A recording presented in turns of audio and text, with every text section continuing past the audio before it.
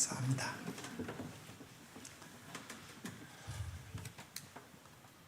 종전을 향한 출구를 찾지 못하고 있는 이스라엘과 하마스 간의 전쟁이 벌써 4개월이 지나가고 있습니다.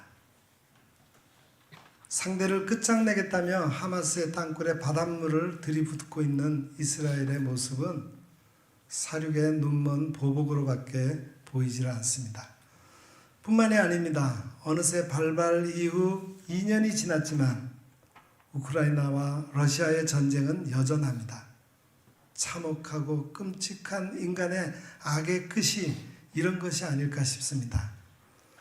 제3자의 눈으로 바라보는 현실이 이렇게 아득하기만 한데 정작 가족을 잃고 삶의 터전을 잃어버린 그 땅에서 살아가고 있는 이들에게 과연 다시 이전으로 돌아갈 수 있다는 희망이라는 것이 존재할 수 있을까요? 소설가 알랭드 보통의 저서 불안의 한 구절입니다. 인생은 하나의 불안을 또 다른 불안으로 대체해 가는 과정이다. 실로 그렇습니다. 우리의 생은 남녀노소를 막론하고 크고 작은 불안을 안고 있어요. 내가 속한 집단에서 사랑받지 못할까봐, 뒤처질까봐, 실패할까봐 두려워하기도 하고 질병과 우울 같은 개인적이고 내면적인 영역에서도 불안해합니다. 이런 불안은 성공을 위한 밑거름이 되기도 합니다. 적당한 염려는 지금을 열심히 살게 하는 힘이 되기도 하니까요. 그러나 문제는 알랭드 보통의 말처럼 불안의 문제를 성공으로 해결했다고 해서 불안 자체가 완전히 없어지지 않는다는 점입니다. 지금의 불안은 또 다른 불안으로 대체됩니다. 마치 열심히 공부해서 대학에 갔더니 대학에서도 경쟁적으로 공부하여 입사해야 하고 마침내 입사에 성공했더니 버텨내며 승진해야 살아남는 것처럼 말입니다. 이뿐인가요? 그저 열심히 살았을 뿐인데 질병이 소리 소문 없이 찾아오기도 합니다. 작년에 건강검진을 했는데도 올해 말기 암 판정을 받았다는 분도 만난 적이 있습니다. 우리의 삶은 다사다난하며 우리는 그저 유한하고 나약한 인간일 뿐입니다. 성공이 불안을 완전히 지울 수 없다면 우리는 어떻게 살아야 합니까? 이 질문에 답할 수 있는 분은 이 세상에 오직 한 분이십니다. 바로 예수 그리스도 그분입니다. 예수 그리스도는 어떤 분이시기에 그분이 현재의 불안을 지울 수 있으며 우리가 이 희망을 찾기 어려운 시대에서 어떻게 살아야 할지를 제시해 주시는 분일까요? 찬송가 96장 예수님은 누구신가의 찬송가 작곡자는 장자크 루소입니다. 그의 가장 유명한 저서는 소설 형식의 교육론 에밀이죠. 루소는 음악에도 조예가 깊어서 오페라를 작곡했습니다. 1752년에 직접 대본을 쓰고 오페라 마을의 점쟁이라는 곡을 작곡했어요. 찬송가 96장 예수님은 누구신가의 멜로디는 바로 이 오페라 마을의 점쟁이에 나오는 선율입니다. 또 예수님은 누구신가 찬송가의 작사자는 밀러 선교사입니다. 밀러 선교사는 1892년 11월 15일에 부인 안나와 함께 한국에 왔습니다. 안창호를 길러냈고 청주 지역에서 44년 동안 선교 활동을 했습니다. 1902년에 통합공의회 찬송가위원회 위원으로 활동했습니다. 그는 찬송가 번역과 편집에 관여하면서 한국적 찬송가를 주장했습니다. 그가 한 말입니다. 가장 컸던 난관은 한국어가 약강조 운율에는 맞지 않게 되어 있다는 점이다. 둘째 음절에 악센트가 있는 단어가 거의 없다. 그래서 할 수 없이 한 음절의 단어를 거의 모든 행에 첫머리에 놓아두게 되었다. 단조로울 것이야 두말할 것 없다. 차라리 모든 약강조의 찬송을 빼어버렸더라면 좋을 뻔하였다. 약강조의 찬송이라는 말은 못 갖춘 마디의 음악을 의미합니다. 영어에는 관사가 있기 때문에 못 갖춘 마디를 사용해서 두 번째 음절에 오는 명사에 강조를 줍니다. 그러나 한국어에는 정관사가 없기 때문에 한국 음악에는 못 갖춘 마디의 음악이 없습니다. 그래서 번역자들은 못 갖춘 마디의 정관사 부분에 한 음절의 단어를 넣었습니다. 밀러는 이것을 지적하면서 찬송가에서 못 갖춘 마디의 찬송을 모두 제외할 것을 주장했습니다. 밀러 선교사는 1904년 청주 제1교회를 세우고 1905년에 찬송시 5편을 썼습니다. 이때 쓴 찬송시 5편이 지금 현재 우리 찬송가에 다 실려 있습니다. 찬송가 95장 예수님은 누구신가, 204장 주의 말씀 듣고서, 427장 마음 가난한 사람, 451장 예수 영광 버리사, 588장 공중에 나는 새를 보라입니다. 우리가 모두 즐겨 부르는 찬송가죠. 그가 6년 만에 얻은 첫째 아이가 6달 만에 세상을 떠났습니다. 둘째 아이가 태어난 지 하루 만에 숨을 멈추었습니다. 그리고 1년 뒤에는 아내도 죽었습니다. 사람들이 물었습니다. 당신은 예수를 원망하지 않습니까? 당신의 예수는 누구입니까? 밀러 선교사는 이 질문에 대한 답으로 예수님은 누구신가 찬송을 작사했습니다. 1절 가사입니다. 예수님은 누구신가? 우는 자의 위로와 없는 자의 풍성이며 천한 자의 높음과 잡힌 자의 노임되고 우리 기쁨 되시네. 밀러 선교사는 예수님은 아파서 우는 사람들을 치유하시는 분이고 하나님 나라의 기쁨을 전하시는 분이라고 고백을 했습니다. 오늘 본문인 마가복음 1장 29절부터 39절의 말씀은 예수님이 누구신가에 대해서 말씀하고 있습니다. 예수님의 삶을 통해 예수님은 치료자이시고 기도자이시고 전도자라고 말씀합니다. 먼저 우리 주 예수 그리스도는 치료자이십니다. 예수님께서 회당에서 나와 야고보와 요한과 함께 시몬과 안드레의 집에 들어가셨어요. 그곳에는 시몬의 장모가 열병으로 누워 있었습니다. 열병의 치명도를 정확히는 알 수 없으나 거동하지 못하고 누워있던 모습에서 시몬의 장모가 얼마나 큰 불안을 경험하고 있을지 짐작할 수 있습니다. 36.5도를 넘어 가열차게 오르는 그 체온, 감당할 수 없는 땀과 고통, 일어날 힘이 없는 막막함 속에서 의료적 혜택을 받을 수 없는 상황이었습니다. 시몬의 장모가 고통을 고스란히 겪어내야 하는 그때 예수님께서 시몬의 집으로 들어가셨습니다. 그리고 그녀의 손을 잡아 일으키셨습니다. 그 순간 의학적 상식이 허물어지는 기적이 일어났습니다. 바로 예수님의 능력으로 그녀가 낫게 된 것입니다. 온몸을 달구던 열은 제자리를 찾았습니다. 일어날 힘이 없이 축 처진 온몸에 힘이 생겼습니다. 일어날 용기마저 샘솟게 되었습니다. 예수님의 능력은 시대의 상식을 초월했고 마침내 아픈 한 여자를 치료하셨습니다. 예수님의 기적을 경험한 그녀는 예수님을 섬길 수 있게 되었습니다. 회복의 기적과 섬김의 축복이 그녀에게 임했습니다. 주님과의 만남은 우리에게 기적과 축복을 베풉니다. 쉽사리 풀리지 않는 삶의 문제와 갈등의 순간에 가장 먼저 우리가 해야 할 일은 기적의 주인이신 예수님을 의지하는 일입니다. 유대인들은 몸이 아픈 사람을 부정한 사람으로 여겼어요. 열병을 죄에 대한 벌로 보았습니다. 신명기 28장 22절 말씀입니다.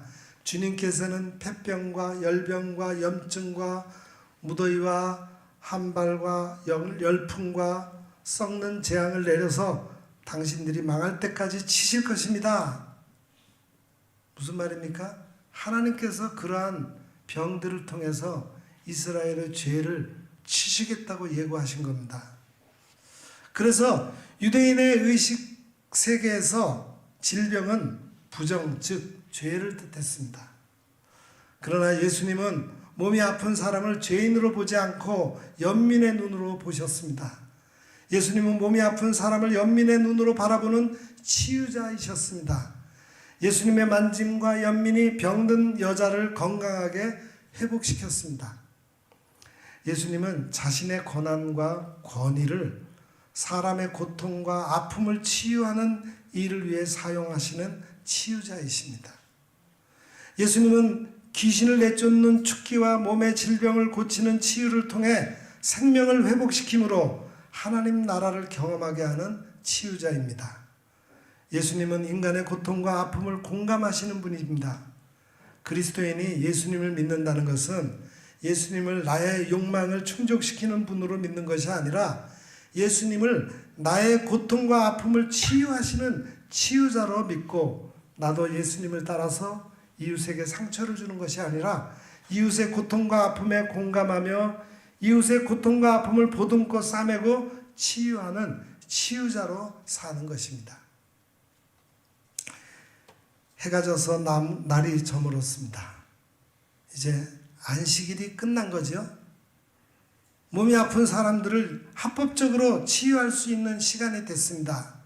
사람들이 모든 병자와 귀신 들린 사람을 예수님에게로 데리고 옵니다. 온 동네 사람이 문 앞에 모여듭니다. 치유자인 예수님은 아픈 사람을 연민의 눈으로 바라보며 온갖 병에 걸린 사람들을 고쳐주시고 많은 귀신을 내쫓으십니다. 예수님이 시몬의 장모에게 보여주신 연민과 치유가 대중에게로 확장되어 가는 겁니다. 그리고 예수님은 귀신들에게 침묵을 명령하십니다. 메시아 비밀, 침묵 명령, 비밀 유지, 이런 주제는 매우 민감한 주제입니다. 신약 주석가인 프란스 교수는 예수님의 침묵 명령에 대해 귀신의 도전을 막는 것이라고 설명합니다. 귀신을 잠잠하게 하면 귀신의 도전적인 소리 지름을 중단시키는 축기 사역에서 꼭 필요한 부분이다, 그렇게 말했어요.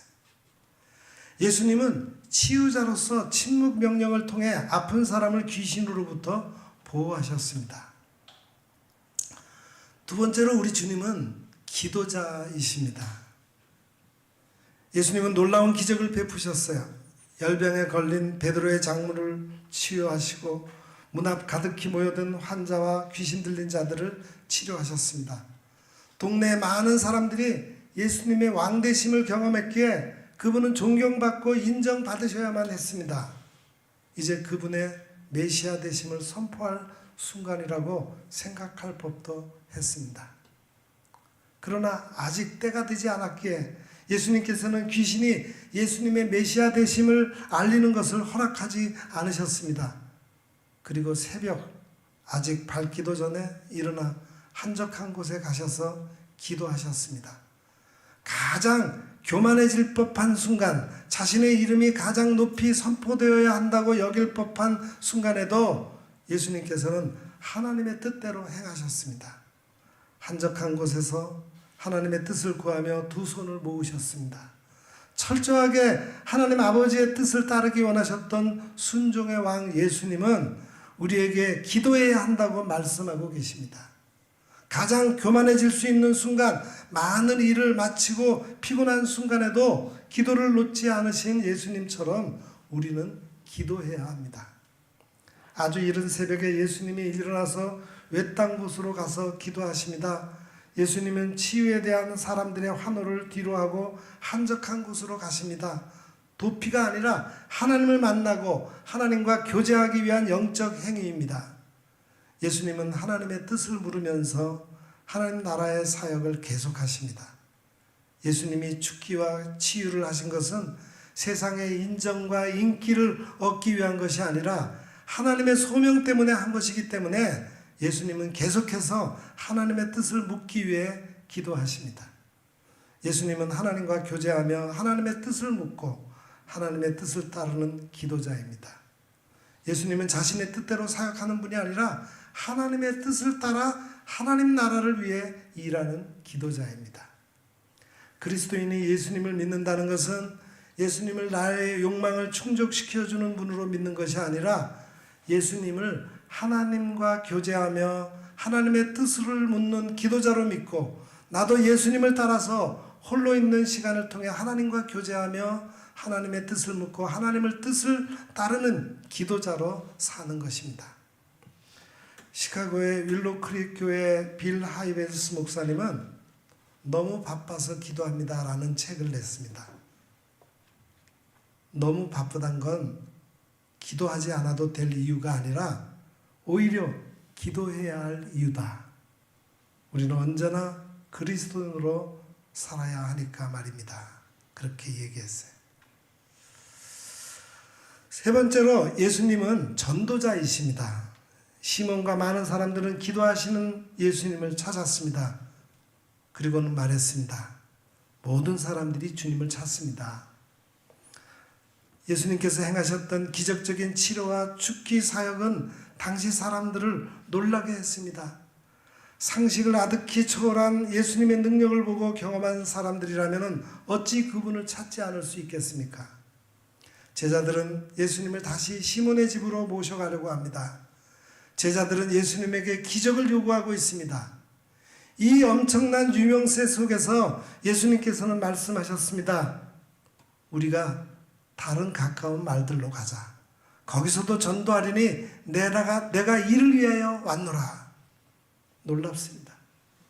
예수님께서는 자신의 성과를 누리고 자랑하고 뽐내지 않으셨습니다. 그분의 노고는 오직 하나님의 뜻에 순종하는 것에 초점이 맞추어져 있습니다. 예수님의 사명은 기적이 아니라 하나님 나라의 선포입니다. 예수님의 으뜸가는 사명은 기적의 행사자가 되는 게 아니라 하나님 나라를 선포하는 것입니다. 죽기와 치유를 통해 사람들이 하나님 나라를 경험하는 일은 특정한 공간과 지역에만 머물 수 없습니다. 가버나움을 넘어서 새로운 마을로 계속 확장해야 하는 거룩한 일입니다. 말씀을 선포해야 하겠다. 원문의 번역은 그렇게 됩니다. 이것을 오늘날 우리 개역 개정 성경에서는 전도라고 표현했어요. 가자, 거기서도 전도하리니. 공동번역 성경에는 전도라고 표현합니다. 거기에서도 전도해야 한다. 헬라어 성경에는 원문이 케르소라는 단어를 썼습니다. 그것은 전파하다라는 뜻입니다. 예수님은 하나님 나라를 경험하는 길을 전하는 전도자이십니다. 예수님이 하신 전도는 사람들을 교회로 오게 하는 인도가 아니라 하나님 나라를 경험하는 길을 전하는 것입니다. 예수님은 온 갈릴리와 여러 회당을 두루 찾아가셔서 전도하시고 귀신들을 쫓아내셨습니다. 예수님은 하나님 나라를 경험하는 길을 전하신 전도자이십니다. 그리스도인이 예수님을 믿는다는 것은 예수님을 하나님 나라를 전한 전도자로 믿고 나도 예수님을 따라서 내가 있는 곳에서 하나님 나라를 이루기 위해 최선을 다하고 하나님 나라를 전하는 전도자로 사는 것입니다. 장신대에서 신약신약을 가르치는 박수함 교수님은 예수님의 죽기와 치유는 하나님 나라를 경험하게 하는 전도를 위한 사역이라고 설명했습니다. 그분의 기적은 하나님의 복음을 전하는 일, 즉 전도하는 일을 위해서 행하시는 것이었습니다. 그렇게 예수님은 온 갈릴리에 다니면서 전도하시며 축기하셨습니다. 하나님의 복음을 전하는 일이 얼마나 귀한 일인지를 제자들에게 몸소 보여주셨습니다. 이는 참된 제자도를 가르치시는 참된 스승의 삶이 전하는 메시지였습니다. 경동제일교회 95년사에 하나님의 부르심을 받을 때까지 신앙을 잘 지키다 간 사람이라고 기록된 엄기원이라고 하는 분이 나오는데 그분은 계급사회였던 1900년대 초반 마부이면서도 승동대감 이재영에게 이렇게 말했다고 합니다. 그 대감을 말에다 태우고 모시는 마부였죠. 그런데 이렇게 말했다고 해요. 날이 황송하오나 오늘부터 예수님을 믿으소서. 그래야 날이도 죄사함을 받고 영생을 얻을 수 있사옵나이다. 시간이 지나 이재영은 결국 예수님을 영접하게 됩니다. 복음의 기적은 신분의 한계마저 넘는 힘이 있었습니다. 기적의 치료자이신 예수님은 참된 기도자요 참된 전도자이십니다. 그간 우리는 이 주님의 치료를 하심을 갈망하면서도 고통과 불안 속에서 주님께 나아가는 일에는 게을른지도 모르겠습니다. 마찬가지로 바쁜 일상에서 지쳤다는 이유로 우리는 홀로 고요히 기도하지 못했습니다. 쏟아지는 정보의 홍수 속에서 고요할 틈은 없었고 하나님께 집중할 시간을 만들지 못했습니다. 늘 그럴듯한 핑계를 대기에 급급했는지도 모르겠습니다. 목회 데이터 연구소는 2022년 청년 삶 실태 조사 결과에서 19세 이상 29세 이하 개신교인의 비율이 2017년에는 21%였는데 2022년에는 11%로 하락했다고 밝혔습니다. 직전 조사 대비 50% 가까이 줄어든 셈이죠. 예수님을 믿는 사람이라고 밝히는 것조차 꺼려지는 시대에서 우리의 사명은 무엇입니까? 전도해야 합니다. 때를 얻든지 못 얻든지 그분을 전해야 합니다. 우리가 전도해야 하는 이유는 너무나도 분명합니다. 우리의 주님이신 예수님께서 행하신 일이고 그분께서 우리에게 명령하신 일이기 때문입니다. 사랑하는 성도 여러분, 사람들을 연민의 눈으로 바라보며 상처를 보듬고 싸매어서 아픔을 치유하고 하나님과의 교제를 통해 하나님의 뜻을 묻는 기도를 하고 세상에서 하나님 나라의 확장을 위해 전도하는 아름다운 그리스도인들이 다 되시기를 간절히 기원합니다. 기도하겠습니다. 하나님 아버지, 오늘도 예수님이 행하신 사역을 통해 예수님이 어떤 분이신지를 알게 하시니 감사합니다. 예수님은 우리의 고통을 아시고 치유하시는 치료자이시고 바쁘신 가운데서도 늘 하나님과 교통하시는 기도자이셨으며 많은 사람들을 하나님의 백성으로 이끄시는 전도자이셨습니다. 우리도 주님의 사역을 본받아 상처받은 이들을 치료하고 늘 기도 가운데 하나님의 뜻을 알아 하나님 나라를 이 땅에 건설하는 전도자로 살아가게 하옵소서. 예수님의 이름으로 간절히 기도드립니다. 아멘.